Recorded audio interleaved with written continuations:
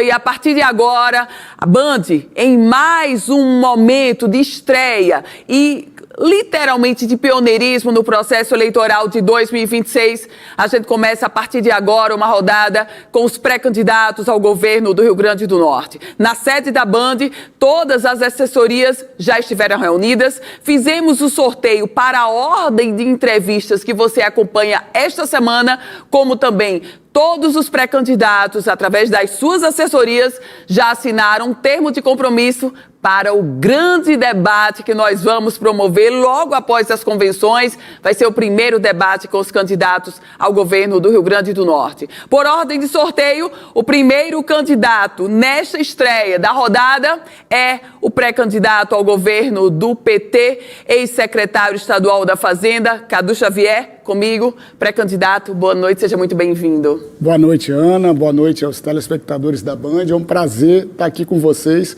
abrindo esse espaço tão importante para a democracia aqui do nosso estado. Cadu Xavier, o senhor é auditor fiscal de carreira, foi até semana passada secretário estadual da Fazenda e se coloca agora na sua primeira disputa eleitoral para o governo do Rio Grande do Norte. Isso lhe assusta? Não, Ana, assim, é um grande desafio, né? Eu não posso negar. É um processo que vem acontecendo em outros estados. Tem um exemplo muito próximo de mim, que foi o governador do Piauí, Rafael Fonteles, que era secretário da Fazenda do Piauí e sucedeu o ministro hoje, que é do Piauí. Ele era o governador, o Rafael era o secretário e hoje o Rafael é o governador do Piauí. Então é um processo muito parecido. Eu acho que é uma tendência de quadros técnicos ascenderem a questão política e a gente está colocando o nome da gente à disposição com muita firmeza, muita tranquilidade para defender o legado do governo da professora Fátima e apontar um futuro de mais desenvolvimento, geração de emprego, renda para o nosso povo e melhores serviços públicos prestados para toda a população. Nessa pré-candidatura ao governo, o senhor sempre tem feito essa menção de que vai defender o legado do governo da professora Fátima Bezerra e também tem feito sempre muita relação com o presidente Lula. No entanto, são duas gestões que hoje, as pesquisas apontam isso, estão no momento de desaprovação. O presidente Lula, saiu pesquisa recente aqui no Rio Grande do Norte, ele já chega a um nível de desaprovação muito semelhante ou quase semelhante ao de aprovação. A governadora Fátima Bezerra também enfrenta tempos revoltos na gestão. Não é arriscado para candidatos tentar se linkar a gestões que estão no momento de turbulência? Olha, Ana, seria se a gente não tivesse entregas para apresentar ao povo do nosso estado. Nós participamos de uma gestão que praticamente reconstruiu o Rio Grande do Norte. É sempre bom lembrar, o Rio Grande do Norte até 2018 era terra de salários atrasados, de polícia aquartelada, de rebeliões em presídios, e hoje a gente vive um momento completamente diferente. O estado do Rio Grande do Norte paga o seu servidor em dia, valoriza o servidor. Natal é hoje a capital mais segura do Nordeste, o Rio Grande do Norte está entre os 4 estados mais seguros do país, então nós temos muitas entregas para colocar tanto do governo da professora Fátima como do governo do presidente Lula. Essa possível reprovação momentânea, eu trago o quadro de 2022. Até antes do processo eleitoral se iniciar, a governadora Fátima enfrentava também um quadro de desaprovação no governo do estado e foi eleita no primeiro turno. Então a gente tem muita tranquilidade, não é aqui desacreditando de pesquisas, é que nós nos baseamos que temos entregas tanto do governo Fátima quanto do presidente Lula para no processo eleitoral fazer o debate com a população com segurança de que o governo da professora Fátima é o melhor governo dos últimos 20 anos aqui no nosso estado. Pré-candidato, nessa fase de pré-eleição, muito se falou sobre os números da Folha do Rio Grande do Norte. O senhor, inclusive, esteve na Assembleia Legislativa falando especificamente sobre os consignados, mas já foi questionado também sobre o tamanho da folha, o crescimento da folha hoje do estado do Potiguar, que já supera, aliás, desde sempre vem superando o limite total da Lei de Responsabilidade Fiscal. Como promover esse reequilíbrio? E outra, estando acima do limite total, isso quer dizer que o estado, o governo atual, não alcançou a sua meta? Olha, Ana, primeiro que a gente precisa falar para o eleitor, para o telespectador, que quando se fala em folha, né, se coloca a folha como um problema, como a oposição do nosso estado coloca, a gente está falando do policial que está na rua, do professor que está na escola do seu filho, do enfermeiro, do médico que estão nos hospitais, lá no Valfredo Gurgel. São essas pessoas, a valorização dessas pessoas que fazem com que hoje o Rio Grande do Norte tenha, sim, um alto comprometimento de gasto com o pessoal. Mas é importante dizer que em 2018, no início de 2019, em dezembro de 2018, o Rio Grande do Norte comprometia com gasto com o pessoal 63% da sua receita. Hoje, nós já estamos na casa dos 56%, ou seja, uma queda de mais de 7 pontos percentuais. Isso é compromisso da governadora, do governo dela, com a valorização do servidor, mas também com a responsabilidade fiscal. Por isso que esse indicador, que é tão importante, que fala, sim, da vida dos professores, dos policiais e dos médicos e enfermeiros, mas a gente tem feito a valorização e reduzido esse comprometimento de gasto com o pessoal. Uma outra temática que sempre a população lembra e todos os governos enfrentam é a temática da saúde, pré-candidato. E aí o Hospital Valfredo Gurgel, os hospitais regionais de uma forma geral, eles enfrentam dificuldades. O senhor, até como ex-auxiliar da governadora, também acompanhou isso.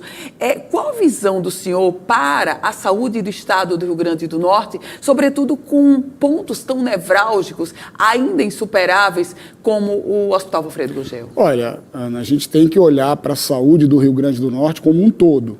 A gente aqui de Natal costuma analisar a saúde do estado sob o olhar do Valfredo Gurgel. Mas hoje, no governo da professora Fátima, nós temos o dobro de leito de UTI que a gente tinha antes do início do governo da professora Fátima. Hoje, no governo da professora Fátima, nós temos a realização de cirurgias eletivas em vários hospitais do interior do estado.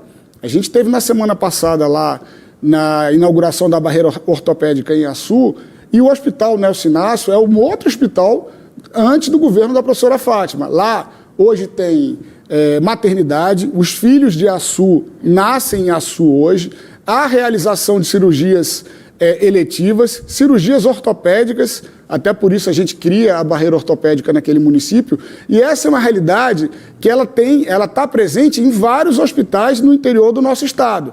Nós temos desafios, Ana, claro que temos desafios, temos avanços a cumprir, até por isso o meu nome está sendo disponibilizado para dar continuidade nesse trabalho. Mas se você comparasse a saúde pública do Rio Grande do Norte de hoje e comparar com 2018, a situação é muito melhor do que a que a gente tinha antes. E eu não tenho como comparar com o futuro, Ana. Não é questão de olhar para o retrovisor. É questão de fazer uma análise comparativa do que existia antes do governo da professora Fátima e daqueles, né, que agora tentam voltar sob esse argumento de que há um caos no Rio Grande do Norte a dirigir o nosso estado, mas a gente não vai deixar, a gente vai manter um governo de origem popular, um governo que tem compromisso com o povo, principalmente com quem mais precisa do estado. O que o senhor se propõe para a saúde, candidato? Olha, Ana, eu acho que a gente tem que, é um grande desafio, a gente tem que continuar esse processo de regionalização da saúde. Não dá para a gente concentrar a saúde nos grandes centros, é um modelo que eu acho que está ultrapassado em todo o país. A gente tem que valorizar essa saúde nos municípios, principalmente nas grandes regiões, no Oeste Potiguar, em Mossoró, na região do Seridó, na região do Vale do Açu, em todo o estado, para que a saúde esteja próxima da população e não que a gente viva naquela antiga cultura da ambulância, ou ambulanciometria, que era o prefeito do município jogava o paciente numa ambulância e empurrava para Natal, para Mossoró. A gente tem que continuar esse processo de fortalecimento da saúde regional para que a saúde esteja próximo do povo que precisa e não somente concentrada nos grandes centros. Pré-candidato, uma fortíssima bandeira da então candidata Fátima Bezerra foi a educação. E os números mostram, a gente saiu um número recente mostrando que 48%, apenas 48% dos jovens se alfabetizam até o 2º ano, ou seja, a regularidade. Cadu Xavier, se eventualmente vier a ser governador do estado, o que o senhor propõe para a educação? Olha, Ana, esse é um desafio que tem que ser enfrentado pelo governo do estado, sim, mas é importante colocar, pontuar, que a alfabetização está na obrigação do município. Então, há que haver uma parceria do governo, enquanto ente coordenador, mas com os municípios, num esforço conjunto para avançar nesse tema que é tão importante. Muito se fala na educação do nosso Estado, do governo da professora Fátima. Mas a gente também, na educação, assim como em todas as áreas, a gente tem avanços consistentes, Ana. Por exemplo, nós temos hoje, não sei se o telespectador sabe, nós temos o triplo de alunos matriculados no ensino integral do que existia antes do governo da professora Fátima. Nós temos mais de 100 escolas reformadas no governo da professora Fátima e temos todas as escolas do Estado conectadas, ou seja, com acesso à internet e mais de 29 mil Chromebooks distribuídos. Além disso, nós temos a construção dos 10 IERNs, que a pessoa que está assistindo agora, para você fazer uma analogia, o IERN é um instituto estadual com a mesma característica que os IEFs têm, os institutos federais. Então, há avanços significativos também na educação e a gente espera, para ser a cereja do bolo, um resultado do IDEB desse ano, que foi realizado o SAEB, trazendo o Rio Grande do Norte para um patamar ali intermediário do ponto de vista do IDEB. É isso que a gente está esperando, feito todo esse trabalho que a gente fez ao longo desses 7 anos. Pré-candidato, a gente está transmitindo essa entrevista também pelo YouTube e a gente colocou uma enquete para saber qual a temática que os internautas queriam que o senhor enfrentasse o tema. E eles escolheram segurança pública. O senhor já falou um pouco sobre a segurança pública no início dessa entrevista. Eu volto ao tema porque eles querem. Cadu Xavier, eventualmente governador do Estado, como vai gerir a segurança pública diante dessa equação de finanças apertadas, déficit de policial civil, policial militar, enfim, ou a polícia penal também, e, por outro lado, ainda equipamentos a serem, eu diria, vencidos ou adquiridos? Olha, Ana, eu tenho convicção de que o maior legado do governo da professora Fátima é a segurança pública. Eu digo isso, não sou eu que estou dizendo, são os números. Todos os institutos que avaliam segurança pública do país corroboram com isso. Nós saímos de um Estado, eu digo novamente, um Estado que vivia com a polícia aquartelada, porque os policiais não recebiam salário, um Estado que tinha rebeliões nos presídios, virando cena de programas nacionais, e hoje isso não existe mais. E você me pergunta, por que isso não existe mais? Investimento em contratação de pessoal, nós tivemos mais de 5 mil profissionais de segurança pública contratados no governo da professora Fátima através de concurso público.